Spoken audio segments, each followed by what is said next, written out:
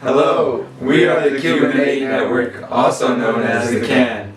We are a nonprofit organization dedicated to finding and implementing a solution to oppression in Cuba. The problem in Cuba began in 1959 after Fidel Castro led a group into revolt and they successfully overthrew the government at the time.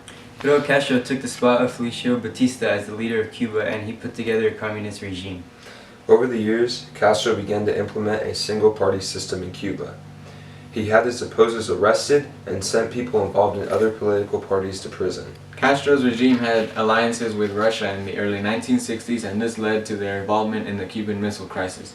Castro's decisions in this time led to an American embargo on the country. This embargo caused much of the Cuban economy to struggle. Although Castro did not make many great decisions, he did do some part in helping the people of Cuba in education and medicine. Cuba has one of the highest literacy rates, and everyone in the island has health care. Those are some of the few improvements Castro made to the country. Now on to the bad decisions. Ever since Castro took power, the people have not been allowed to have their own opinions. The people have been forced to live under the oppressions of Castro's government, and they have not been allowed to do anything to oppose him. Castro's broken many of the simple human rights explained in the Declaration of Human Rights. First off is the Article 1 of the Declaration. This article states all human beings are born free and equal in dignity and rights. They are endowed with reason and conscience and should act towards one another in the spirit of brotherhood. This is broken because the citizens of Cuba are seen much lower than the government officials. They are barely even seen as people to the government. There are two social classes in Cuba, the poor and the extremely rich.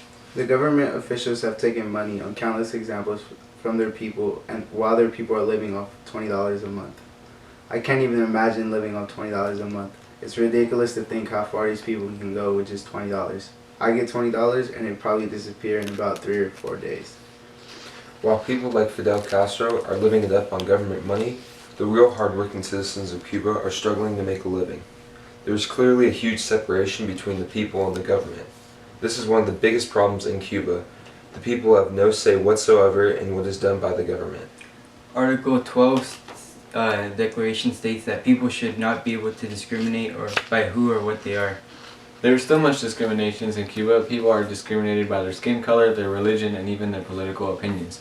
It's about time we end discrimination not only in Cuba but around the world. As young people, we need to take a stand. The first step is for the next generation and learn to accept for one another who they are, whoever they are. Article 6 of the Declaration is also broken. This one states that everyone has the right to be recognized by the law. The government does not care about what its people think. The people are not given the right to comment on their government, and they are not allowed to protest them either. The people have made attempts to see a change in their government, and the government has put them aside and done nothing. It is unfair for the Cuban people that they have no say in their government and how their lives are lived. This all comes to show just how selfish the Cuban government is and how they really do not care about the people. It's time we make a change and start giving the people of Cuba a voice in their government. It is unfair that they are dealing with horrible lives and they can't do anything about it. Article 8 says that people should receive a fair trial in front of a jury. The people of Cuba do not receive trials when they are arrested. They get sent to jail, and for many times there is no justifiable reason. This is extremely unfair because every year so many people go to jail and they have done nothing wrong. Many times people get arrested because they speak out on the government. The people should be allowed to speak their opinions without getting arrested or sent to jail. The government has to make a change about this because the people should be given a fair trial in front of a jury. Without a fair trial, they should not be sent to prison. Article 9 adds on to Article 8, and it states that people are not subject to arbitrary arrest or exile. One of the biggest problems in Cuba is the amount of political prisoners they have. Every year, so many people are arrested because they choose to stand against the government. The single-party system of Cuba is unfair and needs to change. The people should be allowed to assemble and have their own opinions without being arrested. Until then, they will continue to break Article 9 of the Declaration of Human Rights. Article 12 states that people have the right to feel safe in their homes and they should not be subject to attacks on their homes. In Cuba, many times people's property is taken away by the government. It was until 2011 that the people of Cuba could purchase and sell land. Even with this said, the people are still raided and sometimes get their homes taken away for no reason. It is unfair to live without being safe in your home, and people should not have to feel this way. Imagine having to constantly think about how at any moment someone could come into your home and just tell you to leave and take your things. It's crazy, isn't it? We are extremely lucky to have all the freedoms, and we should not take them for granted because we are blessed to live in the United States. Knowing just how great our lives are, we should be willing to show other people the same.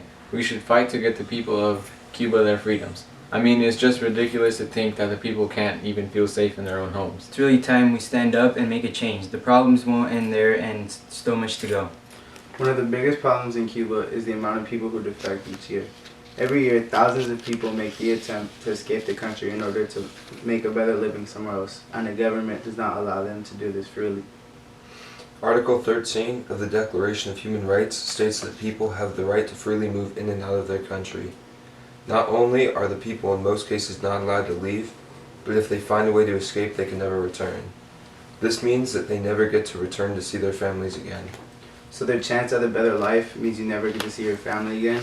Would you be willing to go for it, or would not seeing your family again be too much to sacrifice? It's crazy to believe that some people have been willing to do this and they leave their families behind in many cases. This just shows how bad life is for the Cuban citizens if they are willing to give up so much for the chance of a better life in another country. The government should allow people to leave if they want to. No one should be held against their will and be forced to stay in Cuba.